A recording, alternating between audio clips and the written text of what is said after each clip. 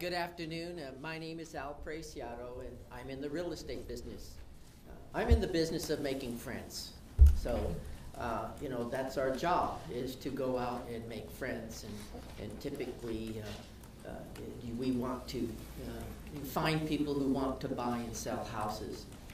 But I've been watching the demographics of the Latino community for over 25 years. And the first one that I bumped into that astounded me was I was at a Phoenix Union school meeting, and they were passing out some demographic information. And I looked at that and I said, Phoenix Union School District, first and second graders.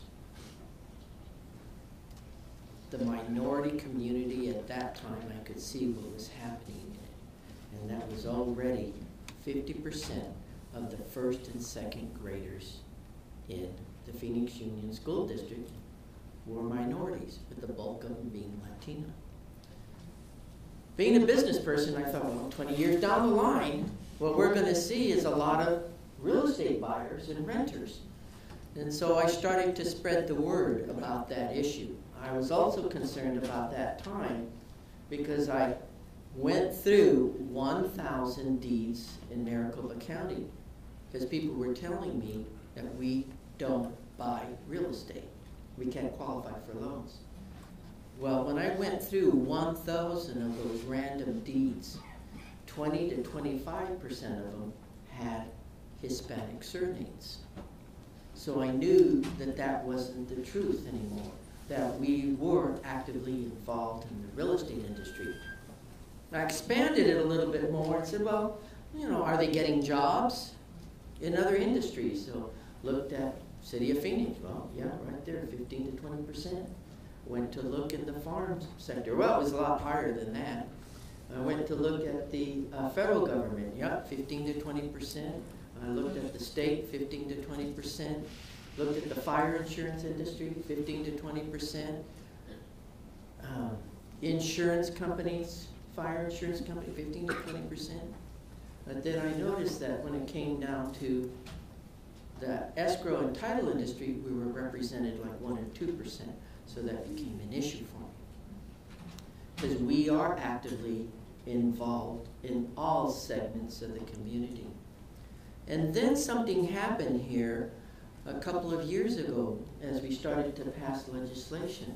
But it had been something that had been going along for a while because it goes back more than 10 years as we started talking about it.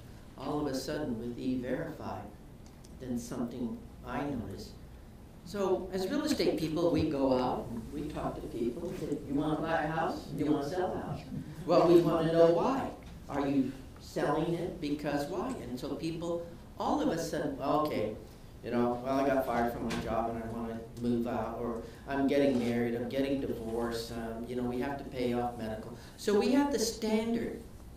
But then all of a sudden, when I started going out, people said, well, Al, I'm legal, but my spouse isn't. And so we're moving, we're selling the house, we're moving, where are you moving to? So they would indicate, well, my brother says, they're up there in such and such a state, and they're more friendly. They're not like Arizona, so we're moving so my wife can, get a job. Or it would be the other way around. She was legal, but the husband wasn't, and they were still going to move. Or maybe, they had, one of their children were born in a foreign country. All the other children were legal, but, one wasn't. So I was astounded at the number that I used, I don't advertise in the Spanish language. So it was just my name as people were referring business to me. But all of these people were being impacted. So I asked the question, is this impacting Arizona real estate? So by 2008, I prepared a PowerPoint presentation. And what I found was definitely so. So let's take a look at some of those numbers. I'm in real estate, and I hate to see my state that I love so much being destroyed by this issue. I was conceived in Arizona, and I love this state. And looking at job opportunities, there was only one that I could think of going into. So while most people were thinking about when they were in high school trying to figure out what they wanted to do, there was no question about me. It was real estate. And I could thank my ex-girlfriend's father for putting me in there, because he was in construction. God, he used to work me during the summer remodeling hotels. And, oh my God, I'd come home and I was exhausted. She said, well, you want to go out for a Coke or a hamburger, ice cream, bring the dog along. And I'm too tired.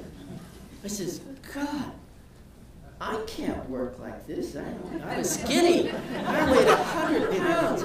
I said, I do remember a lot of those other people in real estate. They don't have a big inventory to worry about. They don't have, like, farming and ranching, which my grandfather did in Mexico. Worried about all those, whether it's going to rain or not, and what's the inventory like. These real estate people, they just have a small thing of, that's what I want to do. So, I started, okay, let's take a look at that. Well, I didn't know much about immigration. So I went to ASU, I went to the U of A, I found out about Harvard studies, Yale studies, Pew Research, and they all kind of trickle back to that source. And so they said 500,000 undocumented in Arizona. I said, well, it got to mean something. So if they all leave, what does that mean? Well, if they just take one person with them, one child, one husband, one wife, one partner, if they just take one good friend with them, that means our population of 1 million would be missing. Now, I don't know about you, but I'm in real estate, and I know that real estate is driven by population. If you don't have demand, you have nothing. So then I started to look, well, what does that mean? Well, if all of the illegals live in one house, well, let's say 3, but 3 at a time, but that's not the case. And I know that those smuggling houses with 27 or 30 people, that's an anomaly. So I kind of had to use a figure. So I picked the number 3, a parent with 2 children or 2 people with 1 child. It's just a number. So I used that and came up with a figure of 166,000 housing units impacted at a minimum. Now, if you want to know, our economists in the state, when I mentioned this to them, it just doesn't figure because they only go by trends. They can't look to the future. And so as a result then, they didn't have an answer as to what the impact is. But we're beginning to see it now. The closest concession I would get was a few years ago when Elliot Pollock said, you know what? In all of our recessions, we always see that rental values go up. So if you're used to paying $600, be prepared to pay $700 in a recession. And all of a sudden he conceded what I knew all along. We got a lot of empty houses here and nobody's renting them. So the rental rates went down. That's the first time in history that we saw that. Every time there's been a recession, people move out of their foreclosed houses, lose their jobs, they rent. Rent prices a higher demand.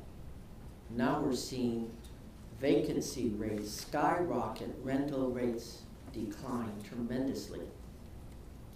So what does this mean? Well, if you take those numbers nationally of 12 million undocumented, if I use the number 3 for housing, which I really think it may be more than that, or less, it would impact 3 to 4 million homes. We will not have a real estate recovery. Arizona, in the first time of its history in 100 years, we are losing population. Arizona has always been climbing in its population. The last couple of years, we're now seeing it declining up. We have to find a way to resolve this immigration issue. It's not bad now, they're leaving, but not enough. 50,000 out of 500,000, wait until all 500 leave. Your house that was worth 300, I'm selling now for 150. And a few years from now, I may be selling it for 50. It stands to reason that that's what will happen. Now, they say they're costing us money, and I know that I'm going beyond my time, but yes, they're going to cost us money if they leave. Each taxpayer who owns a house will lose $100,000. I would rather pay a couple of extra bucks a month on my taxes to keep them in school, educate them, and pay for health. Okay, let's see, $10 a month, $100 grand a year. I don't know. That's where we should end up.